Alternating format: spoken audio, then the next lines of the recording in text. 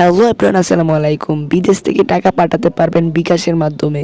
হ্যাঁ বন্ধুরা, আপনারা যারা বিদেশ প্রবাসী যারা রয়েছেন তারা বিদেশ থেকে টাকা পাঠাতে পারবেন বিকাশের মাধ্যমে। কিভাবে আপনারা টাকা পাঠাবেন সেটাও দেখাবো, এবং কোন কোন দেশ থেকে টাকা পাঠাতে পারবেন বিকাশ থেকে আজকের ভিডিওতে সেটাও দেখাতে পারবো।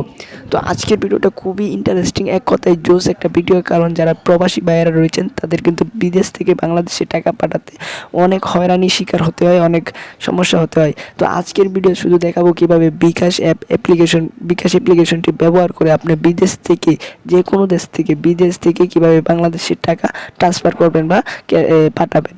তো আজকের ভিডিওটি পুরো মনোযোগ সহকারে দেখতে হবে, কারণ আজকের ভিডিওতে এমন কিছু ইন্টারেস্টিং বিষয় আপনাদেরকে জানাবো, সেই বিষয়গুলো হয়তো আপনি জানেন না।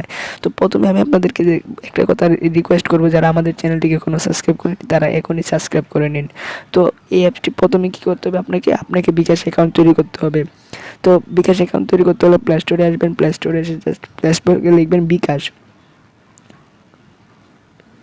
আমি বিকাশ অ্যাপটিকে ইনস্টল করে নিচ্ছি। আপনারা আপনাদের এখান থেকে থাকা বিকাশ অ্যাপটিকে অবশ্যই ইনস্টল করে নিয়ে নেবেন। আজকের ভিডিওতে তোমাদেরকে দেখাবো কীভাবে অ্যাপটাকে ইনস্টল করে তোমরা অ্যাকাউন্ট করবে এবং অ্যাকাউন্ট থেকে কীভাবে লেনদেনও করবে।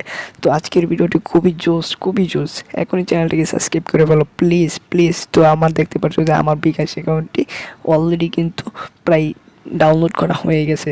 তোমরা কিন্তু তোমাদের বিকাশ অ্যাকাউন্টটি তোমাদের অ্যাপ থেকে, মোবাইল থেকে ডাউনলোড করে নিয়ে নেবে। তো আমার এটি ডাউনলোড হওয়ার জন্য একটু প্রসেসিং হচ্ছে। তারপর এখান থেকে ওপেন বাটনে ক্লিক করলেই কিন্তু আমার অ্যাপ্লিকেশনের ভিতরে চলে যাবে। তো তারপর দেখেন আমি কী কাজ করতেছি, একটু ভিডিওটা লক্ষ্য করুন, মনোযোগ সহকারে দেখার অনুরোধ রইল আপনাদের কাছে। তো অলরেডি কিন্তু আমার এটা ওপেন হয়ে গেছে। ওপেনে ক্লিক করবেন। আপনারা এখান থেকে এইভাবেই কাজ করবেন। আমি যেভাবে কাজটা করতেছি ঠিক এরকমভাবে কাজ করতে হবে। এই প্রসেসিংয়ের মাধ্যমে আপনি কিন্তু কাজটা করতে হবে। এখান থেকে অ্যালাউ করে দিবেন। আপনাকে যতক্ষণ অ্যালাউ চাইবে সবগুলো অ্যালাউ করে দিয়ে দিবেন। ওকে, আমার এখানে সব কিছু ওকে হয়ে গেল। তো এখন আপনাকে যে কাজটা করতে হবে, এখান থেকে পরবর্তীতে ক্লিক করুন বা মানে এখানে ক্লিক করলে কিন্তু এরকম হবে। তারপর আপনার যে কাজটা করবেন, এখান থেকে আপনার কিন্তু অ্যাকাউন্ট তৈরি করবেন না, এখান থেকে বিকাশ নাম্বার পরিবর্তন করুন। এখানে ক্লিক করবেন, এখান থেকে এই টার্মস অ্যান্ড কন্ডিশনটা পড়ে নেবেন, তারপর এগিয়ে যান। তারপর এখান থেকে আপনি আপনার কোডটা সিলেক্ট করতে হবে। এখান থেকে এটার উপর একবার ট্যাপ দিবেন এবং এখান থেকে যে দেশে বিকাশ অ্যাপ থেকে টাকা পাঠাতে পারবেন, নিতে পারবেন, এই দেশগুলো এখানে কান্ট্রি দেখতে পারবেন। এখান থেকে দেখতে পারেন, আমি আপনাদেরকে যদি দেখাই, মালয়েশিয়া, যুক্তরাষ্ট্র, সৌদি আরব, সিঙ্গাপুর, ইতালি, কাতার, ওমান, দক্ষিণ কোরিয়া, কানাডা, নেপাল, সংযুক্ত আরব আমিরাত, কুয়েত, বাহরাইন, দক্ষিণ আফ্রিকা, এই দেশগুলোতে কিন্তু আপনি টাকা লেনদেন করতে পারবেন। তো তারপর যেটা করবেন, এখান থেকে আপনি আপনার যে কোনো দেশটা সিলেক্ট করে নেবেন।